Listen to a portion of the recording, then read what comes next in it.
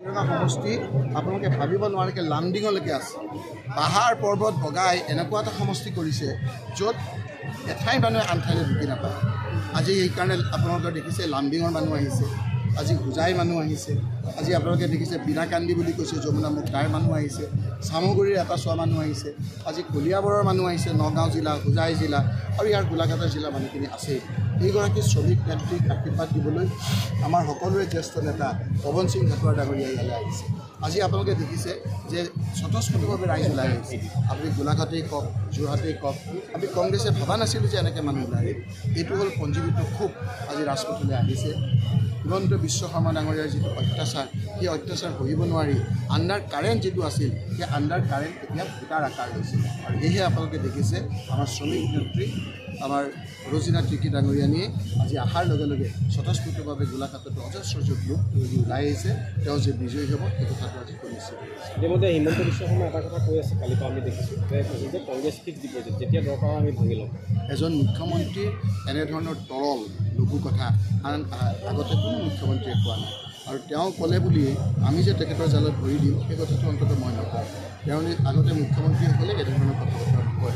মই মুখ্যমন্ত্ৰী ডাঙৰীয়াক অনুৰোধ কৰিম যে তেওঁ আগৰ সেই পাতল স্বভাৱটো এৰি মুখ্যমন্ত্ৰীৰ পদটো যাতে তেওঁ আপোনাৰ বজাই ৰাখে। মানুহে এতিয়া যিটো পদ পায় সেই পদৰ মৰ্যাদা দিয়ে, সেই মৰ্যাদাটো লাভ হৈছে বুলি মই ভাবিছোঁ। তেখেতৰ জালত অন্ততঃ মই মুখ্যমন্ত্ৰীয়ে এটা কথা কৈছিলে যে আজমল জিকিলে মৌলবাদ বাঢ়িব আৰু আপুনি জিকিলে গড়কেইটালে বেয়া লাগিব বুলি কৈছে। কথাটো ক্লিয়াৰলি কৈছোঁ যে তেখেতে গড়ৰ কথা কৈছে। মই খোলাখিনি কৈছোঁ যে ৰকিবুল হুছেইন যেতিয়া মন্ত্ৰী আছিল অকস্মাত দেখা গৈছিল যে আগতে আপোনালোকক তথ্য সহকাৰে মই দিম, আগতে চোৰাং চিকাৰীয়ে 303 দি আপোনাৰ গড় মাৰিছিল।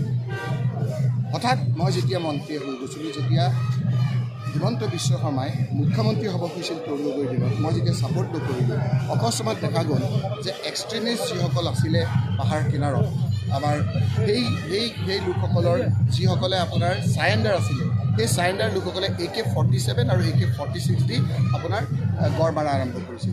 তাৰ পৰৱৰ্তী সময়ত হিমন্ত বিশ্ব শৰ্মা ডাঙৰীয়াই মোক এখন চিঠি দিছিল যে মোৰ যদি সহায় লয় এই ক্ষেত্ৰত মই সহায় কৰিব পাৰোঁ। তেতিয়াই মই বুজি পাইছিলোঁ যে তেওঁৰ সহায় প্ৰয়োজন আছে। আৰু মই প্ৰেছ কনফাৰেন্স দি কৈছিলোঁ যে অসমত এই গড় হত্যা ৰোধ কৰিব পৰা একমাত্ৰ ব্যক্তি হ'ল হিমন্ত বিশ্ব শৰ্মা ডাঙৰীয়া।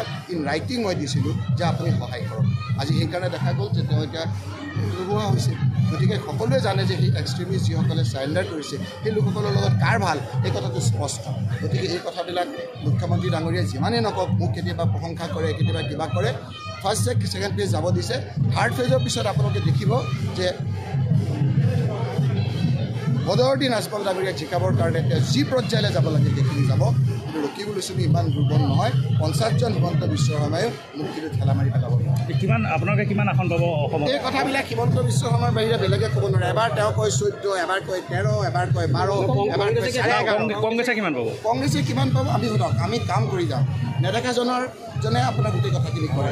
এই ৰাইজে ক'ব এতিয়া কথাবিলাক। এইবিলাক কথাত আমাৰ ভগৱান নাৰাজ হয়, এইবিলাক কথা ক'ব নাপায়। আৰু এই যে হিমন্ত বিশ্ব শৰ্মাই গোটেই বাতাবৰণটো নষ্ট কৰিছে তাৰ জালত আমি ভৰি দিম।